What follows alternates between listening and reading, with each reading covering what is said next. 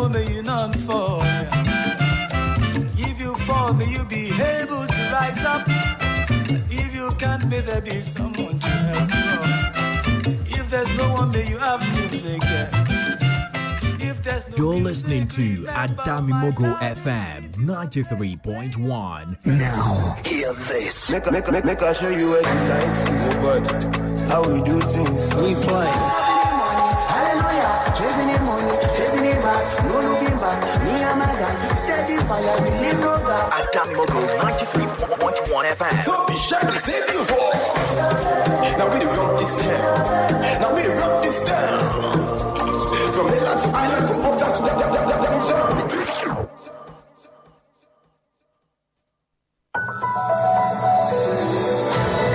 Let government go and do the need to. They should stop pushing problems to the citizens. If you cannot rule, don't ask for position. It's only on all the other governors have to say that they are cowards. They are diffusing. We don't kill kidnappers anymore in Nigeria. We don't kill armed robbers anymore. For the security agencies to say they received over 30 distress calls and that the terrain were not accessible to them. So what have they been doing all this while? The reflection. The reflection.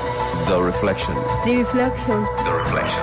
It's history, people, happenings, politics, places, and backstories. Every conversation brings you closer to reflect on our worldviews. Don't miss Reflections every Saturday from 8 a.m. to 10 a.m. on Adamimogo 93.1 FM, Lagos. With me, Sam Olugbeminiyi. Let's reflect.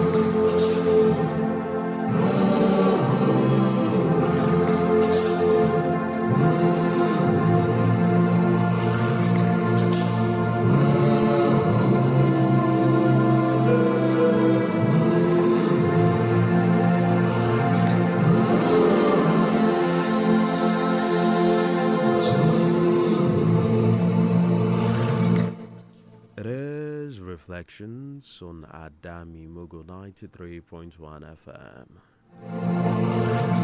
You know, anytime the clock strikes 8 o'clock on a Saturday morning, right after you must have listened to a review of the newspapers in Yoruba, as delivered this morning by Kendi Adeleke, the one you know as Jigbo. We call him Senator Jigbo. You know that right after that, it is time to reflect.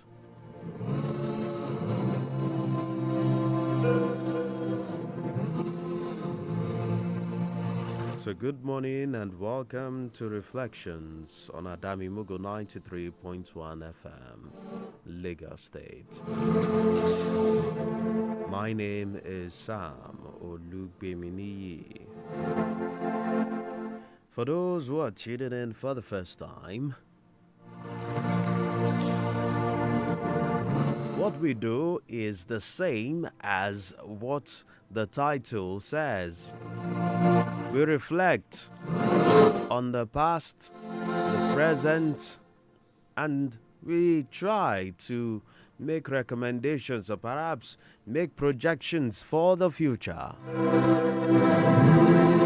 of states in Nigeria, of places, of people, of this entire country, and even the entire continent. And so this morning, don't forget, I've not had the chance to present a program to you since that mighty declaration by President Bola Ahmed Tinubu, that is the declaration of the state of emergency in Rivers State. We had projected at some point that it was going to get to that level. We just didn't expect that the governor would be booted out. Oh well, they said the appropriate word is suspended. The only confusion I have at the moment is, do we still refer to the governor, to Siminalayi as the governor of Rivers State? I have had people say that something went down at the National. I have no idea what went down. All I know is that both chambers opted to approve the declaration of Mr. President. And this morning we would have a conversation about it. Just briefly. But I've also had people say, oh, what is the difference between what happened now and what former President Olusegun Obasanjo did?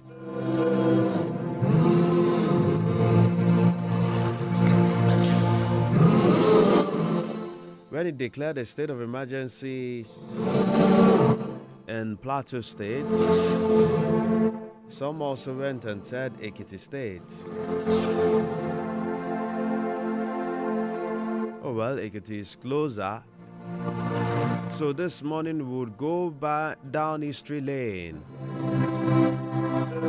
to look at the intrigues, the drama, and every other thing that happened that led to the impeachment of former Governor Ayodele Peter the Rock Fayoshe.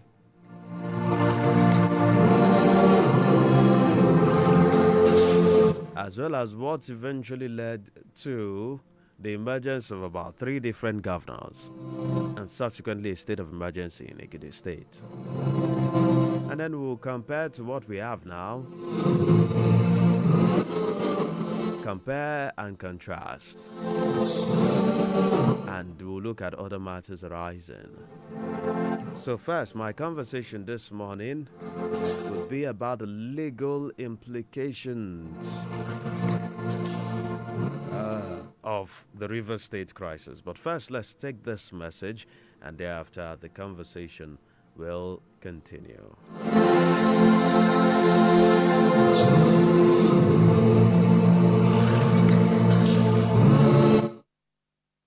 kéré o ẹ tẹ́tí sí ìkéde pàtàkì yìí a pè gbogbo ọmọ bíbí ìlú Igbó-Àràn Ọláyàkí síbi ìwáàsí ìta gbangba nínú Ramadan lábẹ́ bàbá wa ààrẹ àti aṣíwájú ìlú Igbó-Àràn Ọláyàkí Alhaji Sulaimon Idris Ọ̀kàndèjì àti igbákejì wọn Alhaji Abdulrahim Ọmọtọ́ṣọ̀. Bàbá ìjókòó ọjọ́ náà ni baálẹ̀ wa Alhaji Abdulhamid Yunusa, chairman committee Alhaji Abdulfatah Adigun àti Akíọmọ of Igbó-Àràn Ọláyàkí. Àfáà ọjọ́ náà ni Sheikh Tajudeen Akanwo. Ọlọ́run yóò bá wa ṣe o. Olùkéde Alhaji Yekin Ajala, Akíọmọ of Igbó-Àràn Ọláyàkí land.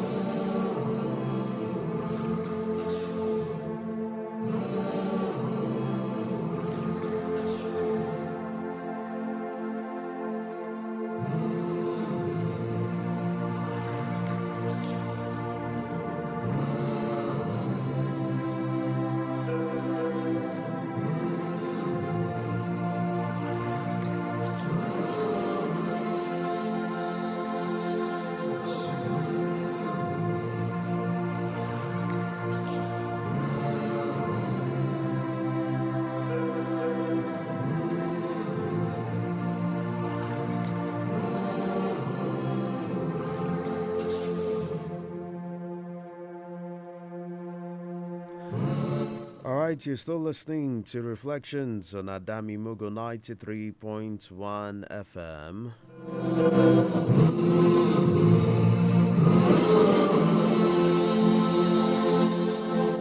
Earlier, just before we took that message quickly, I said we were going to look at states of emergencies in Nigeria. We've had in the last 24 years. In both cases, we know what happened to the governors there. Even though we know that it was the one in Plateau where the president first sacked, let me use that word, sacked the sitting elected governor there, Joshua Darie.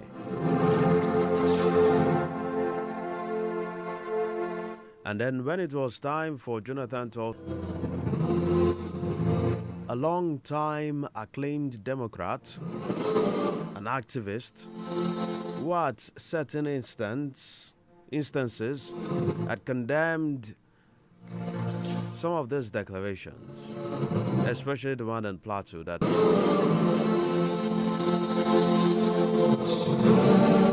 is now in charge, and he has done the same thing in River State.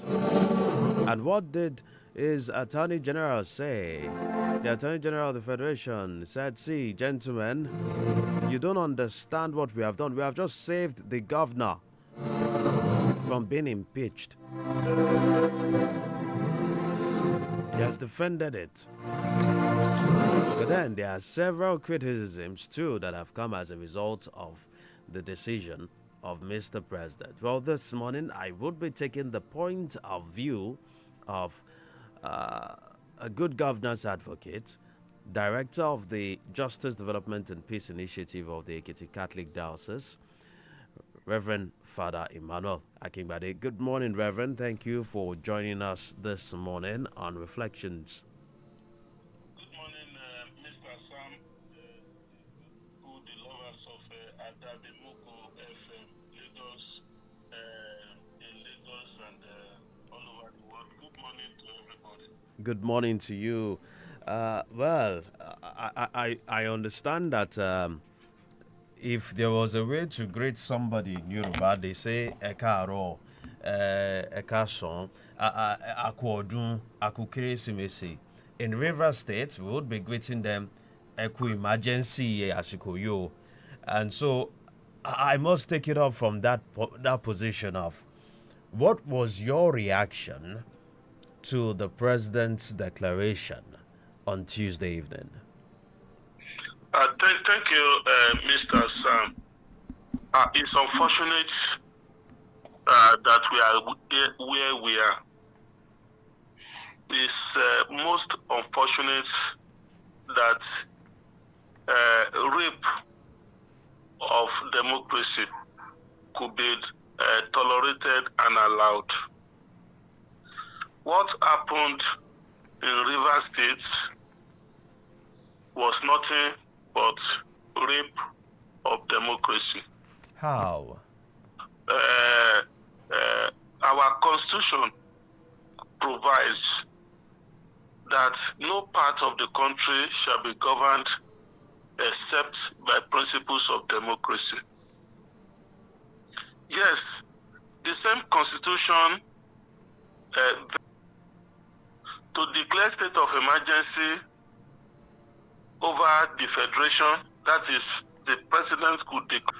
Now, the president found the need to declare state of emergency in River State. Nobody is contesting that because that is a constitutional power. But the president went ahead to sack democratic structure. Suspend. That's the expression, sir. Yes, to suspend democratic structure. To suspend, that is putting democracy on hold and appointing sole administrator. That is entrenching autocratic rule other than democracy. Now the question is, the president has power to declare state of emergency over the federation. if the president had exercised that power over the federation, would he have gone ahead to suspend himself and his vice, and also to suspend the National Assembly and appoint sole administrator for the nation? That's a vital question. Now, the question that is being asked, and that should be asked, is whether the power to declare state of emergency extends to suspending a democratic structure in the area. Is that what the power of is that what state of emergency, is that what it allows? If it is going to be an absurdity and unconceivable that the president would suspend himself and his vice and suspend the National Assembly and appoint sole administrator for the nation, then it cannot by any stretch of imagination be thought of that the power to declare state of emergency would ever include now that the president acted that way, well, is not unexpected, because the president would act in accordance with special and in this case, the Attorney General of the Federation that must have that the president acted that way. State of emergency is not complete until the National Assembly sits and ratifies the declaration. The National Assembly of Nigeria, have they acted in line with the Constitution? The Constitution provides that 2/3 of National Assembly must approve the declaration. 2/3. There are 360 House of Rep. 2/3 of 360, that will be 240. There are 109 senators, about 70 something senators. Yes. 2/3. And when the Constitution requires 2/3, and those who don't say nay, and the eye have it. The eyes have it. How do you count and establish that the state of emergency was approved by 2/3 majority? Okay, let me pause there and let me ask this question, because it has been bothering me. If we have to subject this to a ballot system, and you have, is it 2/3 approve that declaration? Because what if we have instances where there are abstentions, and then some people say we are staying away from this vote, we are not getting involved, just like we witnessed in the Senate? Is it still going to pass? Now, that is another question.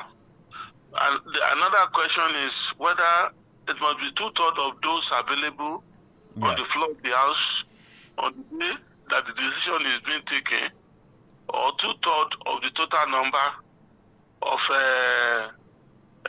the members of the House. Yeah. But in the case of the state of declaration, I mean, in this case of the state declaration of emergency in Rivers State, the Constitution was not followed. If they had even counted the people on the floor of the House, if there were 6 people on the floor of the House on the day for the deliberation, our Constitution is satisfied, is followed, at least 2/3 of 6 is going to be 4. Well, for important deliberations like this, the Constitution does not say what of if there are members of the National Assembly that are sick. if there are members of the National Assembly that are out of the country, if there are members of the National Assembly that are incapacitated. That is why the Constitution talks about quorum. Every meeting of reasonable people must be guided or 1/2. They are talking about that ratio in terms of the quorum that must be formed. So we are saying that it is a rape of democracy, it's an aberration that the National Assembly that is supposed to take decision by 2/3 majority. Those have happened are not sadly because they are not unexpected, but that by interpretation of the provisions of Section 305 of the Constitution is the greatest havoc that this generation is doing to democracy. All right. In 2004, the 2004 was the first and the last time that an action. Now, the governor was suspended, and a sole administrator was appointed for Plateau State. The House of Assembly was suspended, and the Plateau State and House of Assembly of Plateau State against Attorney General of Federation and National Assembly. Now, when the sole administrator was going to respond to the action, he said that he did not authorize anybody to fight the action. Then, as the matter was, that it was very unfortunate that the matter was not filed by appropriate persons to activate the jurisdiction of the court. That the authority of Plateau State, as at that time, was sole administrator, asked that the matter should be filed. Then it meant that the state of Plateau State did not ask that the action, and that was why the Supreme Court was not able to miss pronouncements. It is not true the court decides to give unjust statement to be on record, but it is most abominable and destructive, sadly, deemed it fit to challenge this abnormality in democracy. So what is democracy in what we are operating? Well, I think I understand that a couple of lawyers are actually considering heading to the Supreme Court. Get anything meaningful. Why? If lawyers, if an individual, if a citizen, like myself, if I want to go to court, the court I can go to court and the Supreme Court, the kilometers are enough to kill any good initiative, interpretation. Individuals, no matter how highly placed, cannot activate the original jurisdiction of the Supreme Court. It is only the Attorney General of a state that can activate that jurisdiction. Right. So 1 million lawyers cannot achieve anything.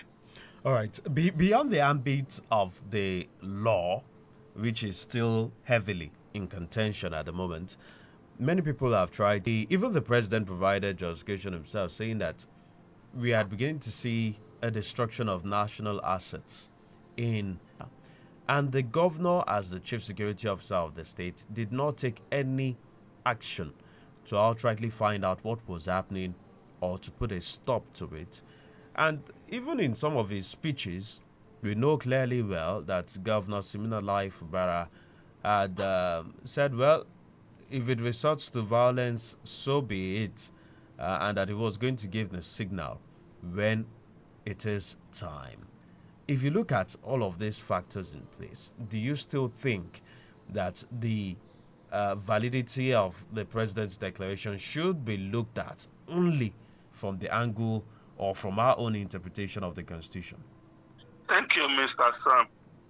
Nonsense will remain nonsense, even if uttered by a genius. Once it is a nonsense, it remains a nonsense. There is no way to defend rape of democracy. The Attorney General of the Federation, with due respect, said that the action was necessary in order to prevent the governor of the state from being impeached. If it is civil to impeach the governor of a state, why is it provided for in the Constitution? Where is it in the Constitution? Where is it said in the Constitution that the president must not allow for impeachment of a governor? Have governors not been impeached in Nigeria? But wouldn't that impeachment have resulted into an escalation of the crisis or the conflict in River When State? state of emergency is declared, then you resort to intervention of the military in order to provide security. The governor was lacking in powers to prevent violence, and the governor will use the police apparatus, the length and military apparatus, in order to secure the state. And so there is breakdown of law and order, and there is violence. Then higher security apparatus will now be deployed by the federal, and the place will be put to normalcy. No sooner than the state of emergency was declared, trucks of military trooped into the state. Where were those trucks? What was the federal government doing? What was the president doing when the events leading to the breakdown, when they were happening? The issue in Rivers State, to the extent that is in the public space, in the media space, is that it is a fight against godfatherism. It happened in the days of Ngigi. The case of Ngigi brought to limelight the Okija. Yeah. That they went to Okija in order to swear to an oath. Ngigi was to be hijacked by his godfather. And Ngigi said, I don't want to remain a dummy governor. I mean, yes, I was helpless when I was making this oath. But the implication of this oath is far, far, far, far more on the people that I'm leading and on my actions as the governor. At the end of the day, I won't be able to do anything if I continue to go by the illegality. Because it is not an agreement that anybody can take to court in order to defend. So the case of River State, to the much that we have in the public space, is not different from that. It is not a one-way fight. It is a disagreement, a dispute between the godfather and the godson. But just what is different now is that the godfather in this case controls more powers than the godfather in the Ngigi's era. And the government, the federal government, seems to be on the side of the godfather in Fubara's case. Unlike the situation when it happened during Obasanjo's regime as the president in the case of Uba, Andy Uba, and Ngigi. And so there is no how you defend illegality. There is nonsense will remain nonsense, even if uttered by a genius. We have to rape democracy. We have to pull down the structure of democracy because of this, because of that. To what extent is that constitutional? All right. So in very clear terms, you just a summary of what you said. You are not happy with the sack or the suspension. Pardon me, the suspension of Governor Fubara, his deputy, and the River State House of Assembly. You are also not happy. It is not. I'm not for Fubara. I'm not for River State. I am not for federal government. It is a rape on our democracy. And you're also not happy that no attorney general, at least at the state level, has taken it to court to seek a proper interpretation. Let as we are talking now, the only institution, the only body that can take a bold step in order to take us somewhere on this matter is an attorney general of a state that is respectable, that is honorable, that appreciates democracy and is ready to promote democracy. The outcry of people, lawyers, they have been outcried by lawyers, they have been outcried by meaningful Nigerians, they have been outcried in all quarters. What everybody is saying is that this is unconstitutional. All right. This is undemocratic.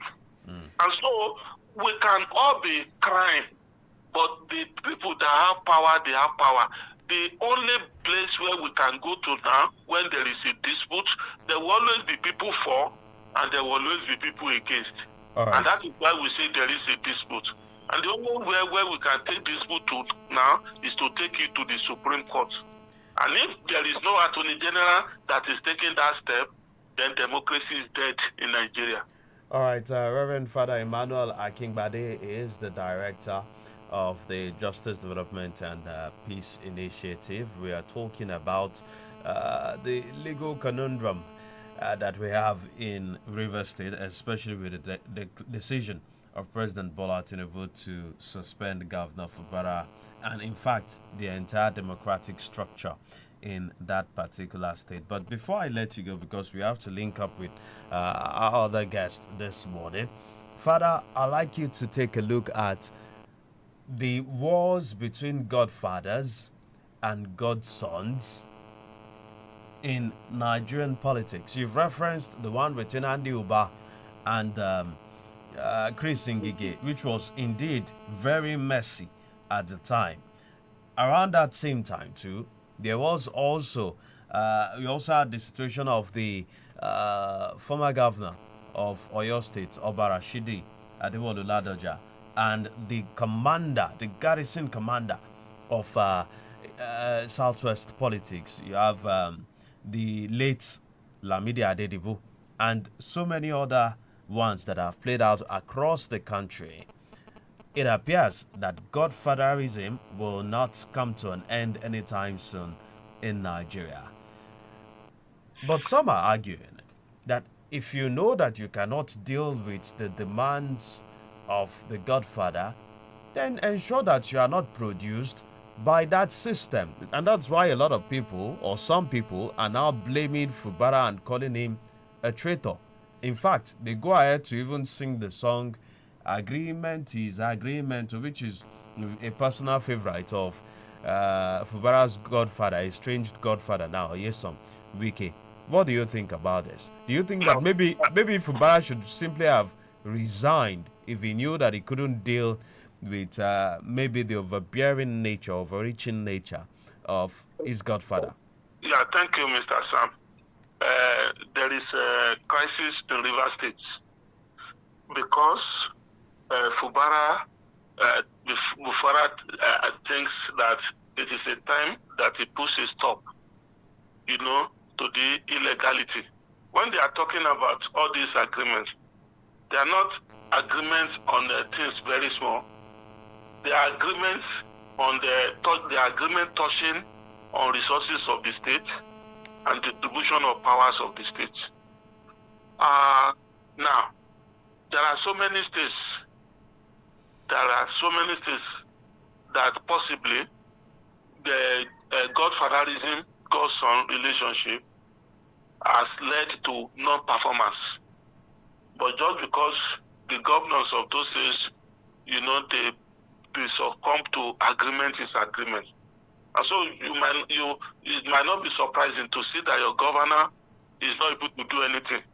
In 4 years, he's just not able to do anything. Because if the money that comes to the states,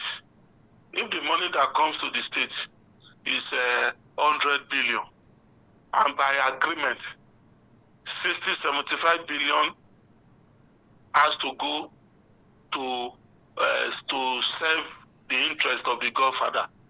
And what is left is just peanuts. And every month it goes like that, where the governor is okay, is satisfied with just being in office and not being able to do it. Well, so be it. The people of the state will be crying. People have advocated for independent candidature in under our present structure. Under our present structure, Mr. Sam, well, you are cerebral, you are sand. I'm happy with your media advocacy because I can vouch for you. As sound as you are, as cerebral as you are, you cannot be the councillor of a local government if you don't know somebody who knows somebody who knows somebody. You cannot make any meaningful contribution under our present structure, political structure in Nigeria. You don't, if you don't know somebody, it's going to take you to somebody, and that person will take you to somebody. That is the root of Godfatherism. And it's most unfortunate that we now have more of greedy, self-centered individuals who have become very powerful, not by the work that they have done, not by their sweat, but by their placement by their political placement that has allowed them to corner to themselves and build up themselves by the resources, by the public resources at their disposal. And they have become so greedy, they have become so self-centered that they want to continue with that spirit of greediness and they use whoever that the innocent and the innocent person that was not fully aware of what as pipe through which they continue to train. All right. Yes, well, people should be reasonable, and people should be honorable. So while going into agreements, by that agreement, by coming out to say, I entered into this agreement with this person, it's even enough for the people to say, we don't want you. Because he had already he had first mortgaged the interest of the state, but when the mortgaging is now extending to his personal interest, that is why he's crying out. All right. Anybody that could mortgage the interest of the state that is to govern does not deserve to be the state's governor. So maybe more godfathers should come out to wage war against their godsons, and we now know how many states where we have people that have been truly elected to lead the people. And that is the problem with our democracy. Our democracy is a system of rule by few, selected by few, godfathers, and the people that godfathers have allowed to. And at the end of the day, they just bring people to us because we don't even get involved in their primaries. At their primary, the godfathers, they bring out two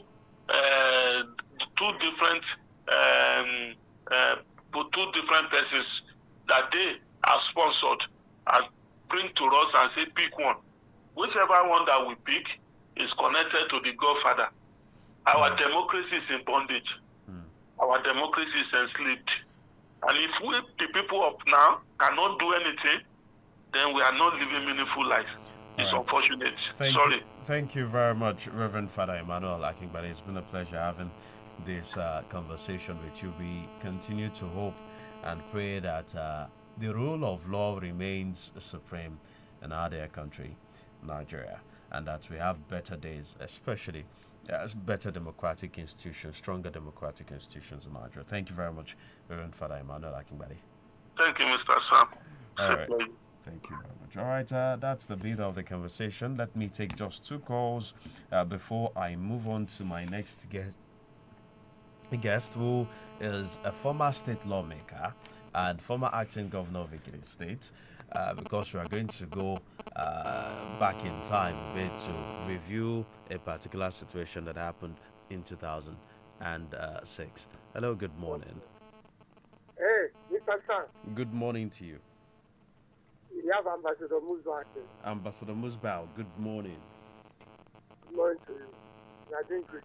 Thank you very much. I agree with your guest. I agree with your guest to some extent. But, Sam, I want to tell you one thing this morning. I have no sympathy for Fubara at all, including his godfather. But to me, this is how politics are being played in Nigeria here. And there's no solution on ground for now. You know Fubara was so selfish. No, because Fubara is not from the one weekly. But not Fubara himself. But the people who are supporting Fubara tell Fubara that it is your time. Call the blog of Wiki, build your own structure. You want to tell me, all governors in Nigeria here, most of them are not decided to be governor. What as to why? Look the way they conduct their local government election. Look the way Fubara conduct election in Rivers with the name of another party. Is that true election? Let all those lawyers, all those who are supporting Fubara, we were just placed in the gallery. Fubara himself was corrupt. Let us go and look into the way he conduct election in Rivers. Is that the normal way? I have no sympathy for any politician at all because they are not playing people's role. All right. Thank you very much, Ambassador Musbao. I'll just take one more call. But remember, you can always send a message via WhatsApp. Yes, you can always send a voice note via. Just please ensure that the voice note does not exceed 60 seconds. 60 seconds. If it does, I won't be able to play it. 0809 931 931 08099931931. Hello, good morning. Hello, good morning, Mr. Sam. Good morning to you, Damlala. Good morning, my brother. Yeah. I agree with your guys. The man has said it all. Honestly, the thing is just that I've been listening to all these conversations online from that day. But the thing is, can we just be reasonable and be honorable, as your guest just said? Okay, all this fight, all these programming and everything, is it in the best interest of people of liberty or for political interest? Right from day one, the president is aware of everything going on in River State. Even the play, even the role the weekend is playing. Okay, what will actually take him to stop weekend in the first place? Even the judgment given by the Supreme Court. The president is aware that yes, everything is not that clear. Now, when we are backing up someone against another person, and we're talking about governance, how do we now go forward democratically in this country? The thing is just that it is wrong. It's very unconstitutional to remove or to suspend governor that people put there for and put a military in power. It is wrong. All right. Okay, if most people do that, then we case will be suspended as well. Before so that we will know that yes, the thing is balanced, not to take one-sided matter. This is very political and not acceptable. Good morning. Good morning to you, Damlala. All right. Well, I hope that we'll have more time to take more contributions this morning. But let me quickly play you this sound clip from Peter Ayodele Fayoshe, Peter the Rock himself. This was his. This has gone viral because this was his own warning to the now suspended governor of Rivers State. Listen to it. I used to be a tough man. I used to be until I met you and realized that troublemaker get level. Because somebody will know they tire and say you will fight you. You have to find solution to your problem. So I made up my mind. It is better to be with you than to be against you. A lot of us here, we don't know when to stop and align yourself. The Englishman says if you can't beat them, you join them. It's a very good advice. Me, I join you. I'm with you. And that will be the basis of my advice for the new governor. The last 4 years was rather a tough experience of my life because I didn't have a successor. Let me tell you today, Governor Wike and Governor Fobra, this plane you want to start flying now, I flew that plane before you by the grace of this man. This plane, tomorrow night you enter, His Excellency is coming. I flew that plane from Akure, 7 p.m. I'm in Port Harcourt. Mommy is a witness. I want to say to you, sir, you came in with the hands of God. You are a miracle governor. Today, you are Governor of Rivers State.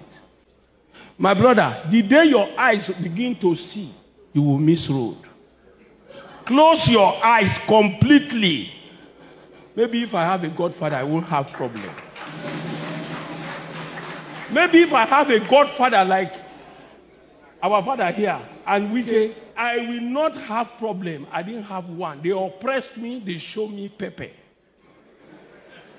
The moment your eyes begin to see in this government, you will have problem. Oh.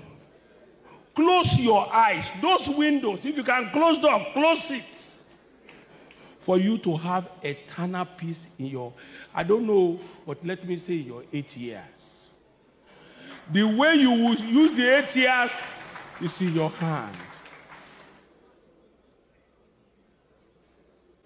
Adam and Eve, the very day Adam began to rationalize God's word, Adam, the very day he rationalized God's word, Adam realized, I am now a man. All right, that is former Governor Peter Ayodele Fayoshe recounting the story of the fall of Adam. You see, it was when Adam and Eve went against God's command to eat the apple. That was the moment that their eyes opened and they realized that they were naked and things changed. Well, in the same manner, former Governor Ayodele Fayoshe was warning the newly elected governor at the time, Governor Siminalayi Fubara, telling him that, hey, Mr. Man, just align with your godfather. The day your eyes open and you start looking around her, you're going to run into trouble. And it appears that Fubara has run deeply at this moment into some really murky waters that has led to his own suspension. Well, but Mr. Ayo Fayoshe is not a man without controversies himself. Don't forget that he was also impeached, and his impeachment also led to a state of emergency on October 16,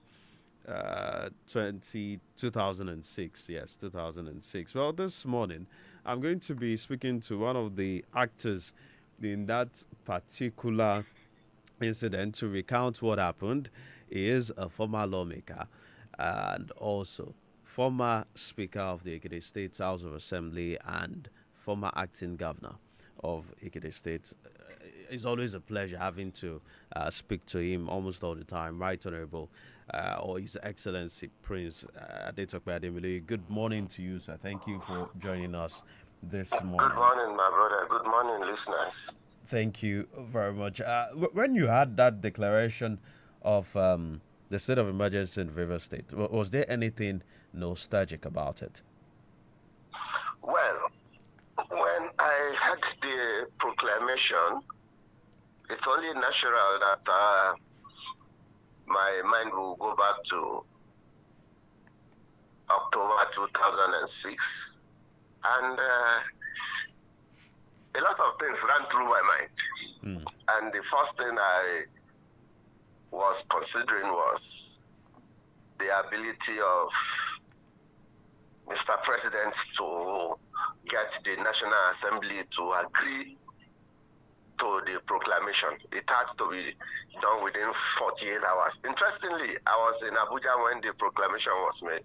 I just driven into Abuja when I had the proclamation, so I knew that the next 48 hours, that is from Tuesday to Thursday, evening was going to be quite dramatic in Abuja.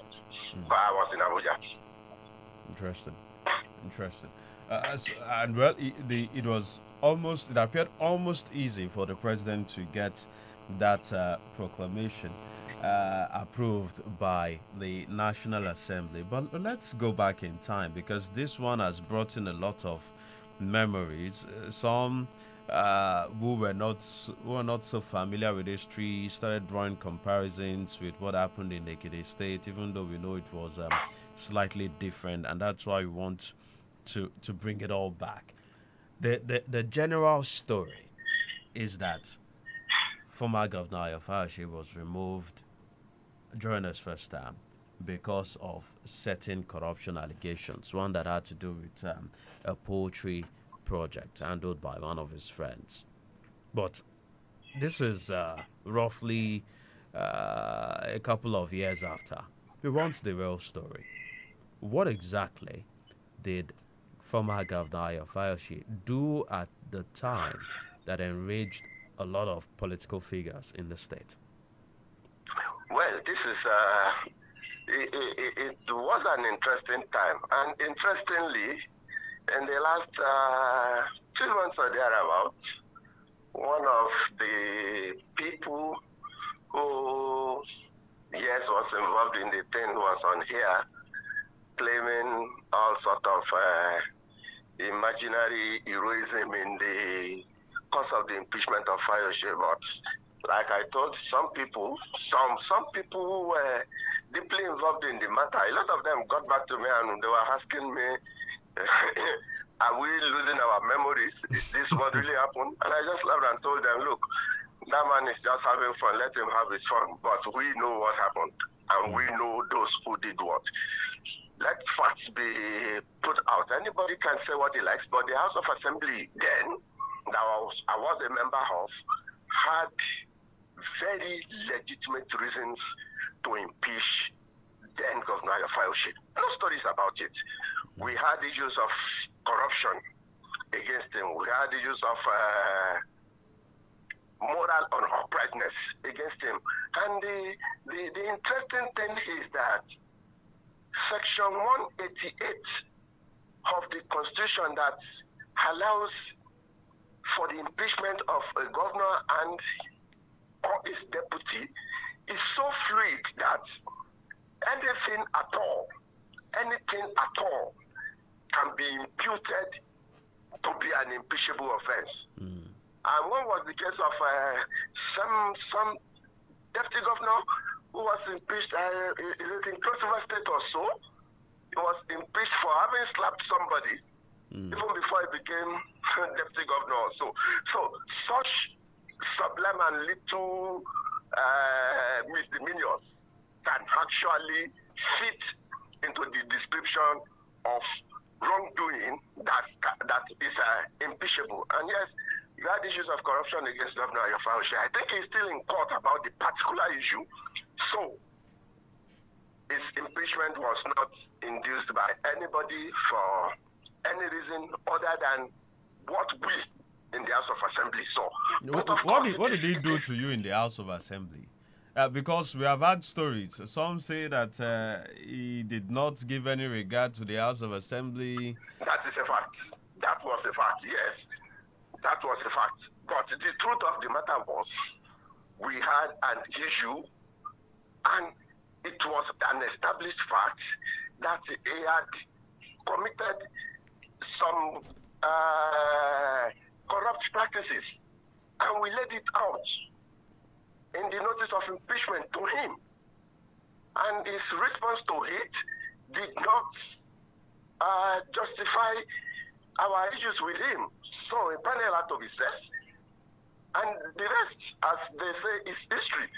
But it was not because somebody felt he had to go or anything. But of course, other people came in, other people who had other ulterior motives, other than we wanting him to leave because he was corrupt, came in. There was a lot of games. We played games, they played games, everybody had games to play, but the truth of the matter was, we impeached him on the ground of the corrupt practice he had engaged in. Was it just the poultry project, or was the poultry project just one out of many? The poultry project was just one out of many, but you only need one. You don't need 1,000 reasons. You only need one. Just one misdemeanor. That's all you need. That's all the Constitution requires. All right. Let's then go on to the people who seemed to have come in. You said this was simply an action undertaken by the State House of Assembly, but there are those who have also talked about the role of former President Olusegun Obasanjo.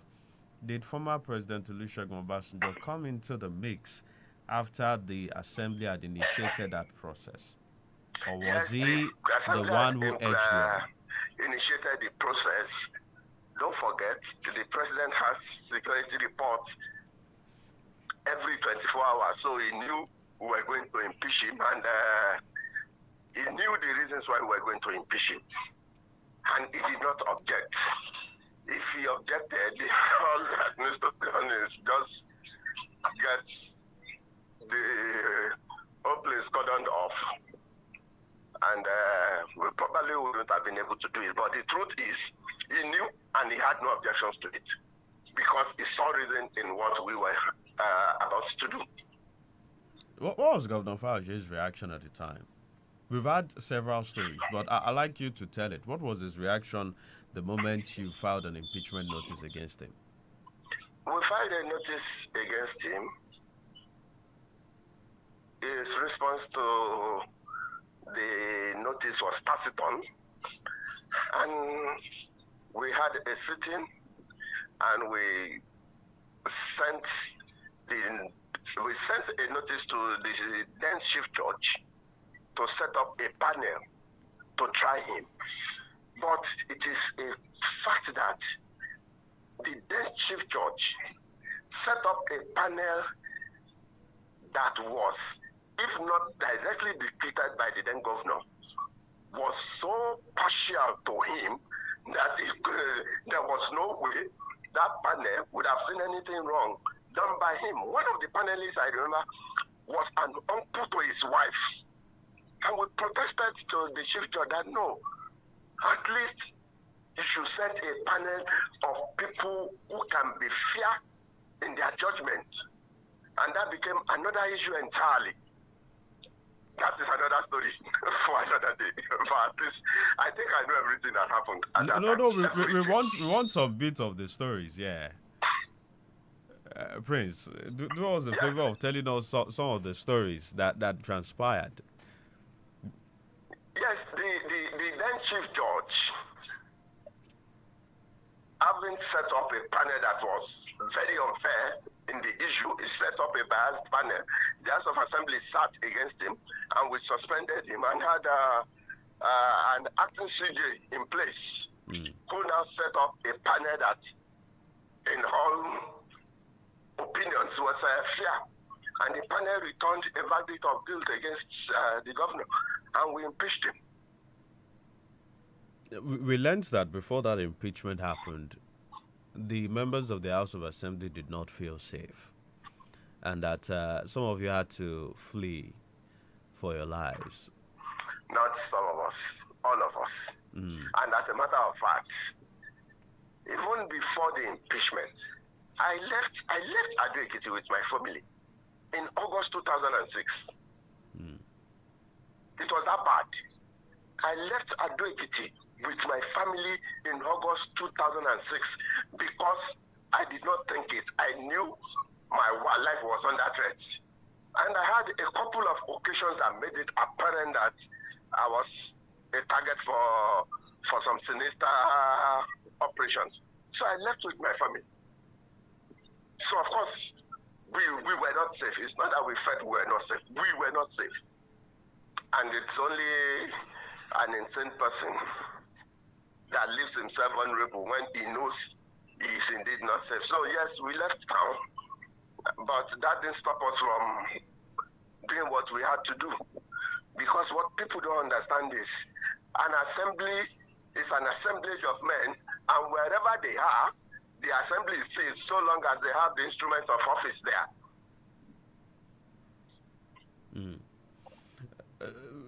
We've had several stories about former Governor Fayoje. I think perhaps because I stayed in Ekiti for a while, I have had some things, and I'm curious, to know. You mentioned an issue around his morality. that as a governor there were things that he was doing. What were some of those things? Oh, you see, like I said, the Section 188 is so fluid that a simple altercation between two people is gross misconduct. And yes, one of the issues we had against him as a gross misconduct then was that he was at the airport. Instead of following the normal channel of people queuing and getting to a checkpoint, he usually went under a barbed wire that was meant to barricade the spaces in the airport. And unfortunately, somebody actually had it on camera, and we had it, and we felt that was an embarrassment to governance as a whole, for a whole governor to be passing under barbed wire. For us, it was gross misconduct. And that was why I said a deputy governor was removed for having slapped or insulted somebody before he was elected deputy governor. And then thereafter, after he was impeached, you had the deputy governor that was also impeached. Why was she impeached? That's Senator Balogun. I'll tell you one truth. I'm just a dead honest man. I did not, and I've said that again, I did not find any reasons why we should have impeached that woman. Because the truth was, the offense we actually impeached her over was something that was done even before she was appointed deputy governor. Don't forget, she was not elected deputy governor. She was appointed deputy governor and was certified by the House. Yes. What we impeached her for was something that predated her appointment as deputy governor, but it was how do you put it? It was appropriate for all parties involved at that time to have her impeached, because, like I said, there were other motives and there were other interests for that impeachment other than the interests we, as members of the House, had against the governor. Was she the one impeached? Was she the one impeached for slapping somebody? The PDP then. So it became convenient to remove the governor and remove our deputy, so that the party they represented would be weakened beyond normal at that point in time. And that is a fact. I'd like to get that clearly again. The decision was to ensure that the PDP would be weakened at the time. Is it the PDP or the interest that both Fayose and his deputy represented within the PDP? Maybe that's a clearer way to put it. Oh, the interests that they represented within the PDP. Yes, maybe that's a clearer way to put it. Did this have anything to do with a certain third-term agenda? No. I mean this interest. No. Okay. Not at all. The third-term agenda by then was dead. It was dead. The third-term agenda was killed by then. No, Fayose had no problems with the third-term agenda. Don't let's implicate somebody for what he did not do. He had no problems with it. He took the whole delegation of Ekiti delegates to Oshogo, where we all ratified the third-term agenda for President Obasanjo. The third-term agenda was truncated in the National Assembly. So it had nothing to do with the Ekiti imbroglio. None at all. None. But just for clarity's sake, was it the deputy governor, Senator Balogun, was our offense slapping somebody? Because you've referenced that. I'd like to know if that was the offense. Excuse me. I did mention who was impeached for slapping somebody. It was a deputy governor in the South. I think it was Rivers or thereabout. Okay. So it had nothing to do with so what, in this case, what was Senator Olugbeminiyi's case? I've tried to search through the web. I can't really find it. Yes, she was alleged to have being a conduit for some money between a then contractor of Ekiti and the then governor, Ayofawoshe. All right. And then you have the late Friday Aderemi, who eventually took office at that time. Do you think that that was his own personal interest too? That, oh, well, let me rally my colleagues so that we can chase out the governor, the deputy. Let us put facts straight. Friday Aderemi is dead. Yes. I would not lie against a living man not to talk about a dead man. Yes, he had his own interest, and anybody would under that circumstance. Anybody would if he actually saw he could become governor. And he was given some assurances beyond that point. So, of course, he felt good about it. Some of us didn't, but there was a common interest. And that common interest was the impeachment of Governor Ayofawoshe, the impeachment of the deputy governor, Senator Olugbeminiyi, was an albatross. And eventually, it was what actually led to the declaration of the state of emergency. Yeah. Interesting. And then, he had to leave, and you had former Army Chief Tunji Olori come in. What did it feel like at that moment, 2006 to 2007?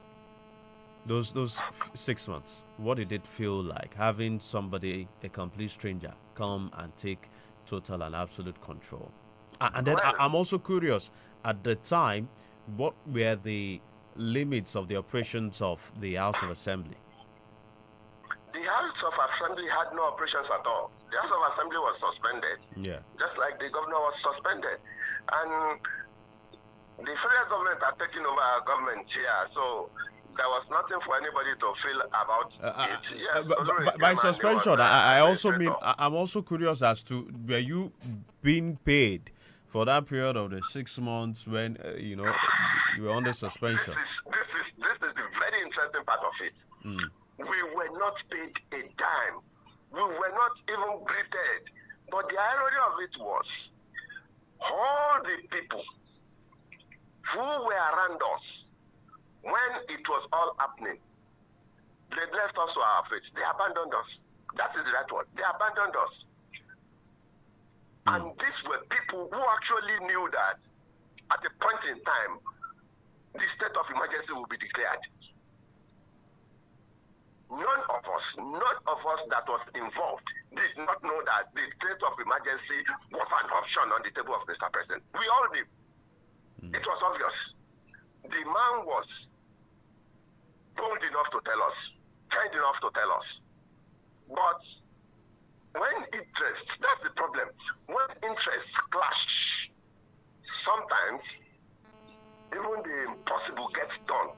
Because there was a clash of interest, some of us happily went into it, some of us grudgingly because we were looking at a bigger picture. But I do remember that one of those people, we were all involved together, including all National Assembly members of Ekiti State then, told me personally, as a friend, that look, or am I worried, even if the worst comes to the worst, we will not leave you people. We will rally around you. We will take care of it. But I'm saying it now, that not one of them remember to give any of us a penny for those 6 months. Interesting. But you want to know the interesting thing? The interesting thing was that, horrible as some of us then felt Ayofawoshe was, he was actually reaching some of us he believed were his friends, that he believed were just coerced into going along with us, and he was giving them some money every month. Wow. I say that for him. Of course, we are not friends, so, but I'm not the kind of person who will lie against anybody. When the chips are down, the man was giving some of us money every month after our suspension. That's interesting. That's I'm not sure that's a side any other person has had in a very long time. Nobody would say he has said it, because the people who were giving money were not telling us that we're not getting. But we got to know after that he was actually giving them money, and I respected him for that fact. That even after we impeached him, he was doing good to those of us he felt were his friend. I did not feel bad that he did not give me money. I did not deserve money from him. It is okay by me. But at least he was taking care of the interest of some people. Other people who were involved, who should have taken care of the interest of those of us who were outstandingly against him, just abandoned us to our fates. That's interesting. Eventually, Tunji Oluri left, and then you became acting governor. I'm curious, were you able to then get all the funds from that 6 months paid to the lawmakers? That would have been a crime, and I don't do anything that is criminal. I'm a chartered accountant. So that's 6 months. So that's 6 months you've not received since then. Why would you receive money when you are not working? We were on suspension. We knew the risk we were bearing, and we bore it happily. So the 6 months was dead and gone. We did not get paid. Ayofayoshi and Olugbeminiyi did not get paid. Nothing lost. We were all on the on the poor side of it. What were the intrigues that produced you then as a speaker? The moment there was no interest. It was simply providence. Let's have the backstory. Let's have the backstory to that. These are the facts as they were. We actually pronounced Friday Adelemi executive governor of Ekiti, and he took office. The next day, a Wednesday, a Tuesday, we conducted an election in the House of Assembly for the office of Speaker, office of Deputy Speaker, office of Majority Leader, and every single office, because we dissolved all principal officers when Friday Adelemi was leaving, when we were going to proclaim him as the governor of the state. So we had a fresh election for every office on Tuesday. On Wednesday, on the floor of the House, I was officially elected Speaker. My deputy then was officially elected Deputy Speaker, and all the principal officers were elected. So as at that point, I'd become the Speaker of the House. I presided over the House. As a matter of fact, I remember that the then executive governor we had proclaimed had sent the name of his proposed Attorney General to the House, which I read to the House. And I jokingly told them that day that, please, we must expedite action on this candidate of the governor because he is my cousin. So I presided over the House, and that was gone. The next morning, on Thursday, while I was dressing up to go to the office, I received a call from one of the people who was heavily involved in the matter, and he just told me, see, Mr. Speaker, Mr. President wants to declare a state of emergency. You people should go and start protesting now. Start protesting heavily in Ekiti. And I just told him, all right, sir. And I laughed. I laughed because at that time, I had 2 children, and I had one in incubation. And I just thought, why would this man send me this kind of message? This is what Yorubas call you share very, very now. You ask me to go and protest when the president is already clear about his intention to declare it. I just laughed and I just sat down waiting for the proclamation, and truth be told, Nobody, nothing be told. Nobody, none of us was supposed to suspend.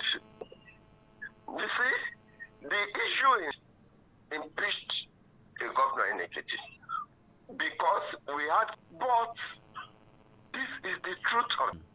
It was too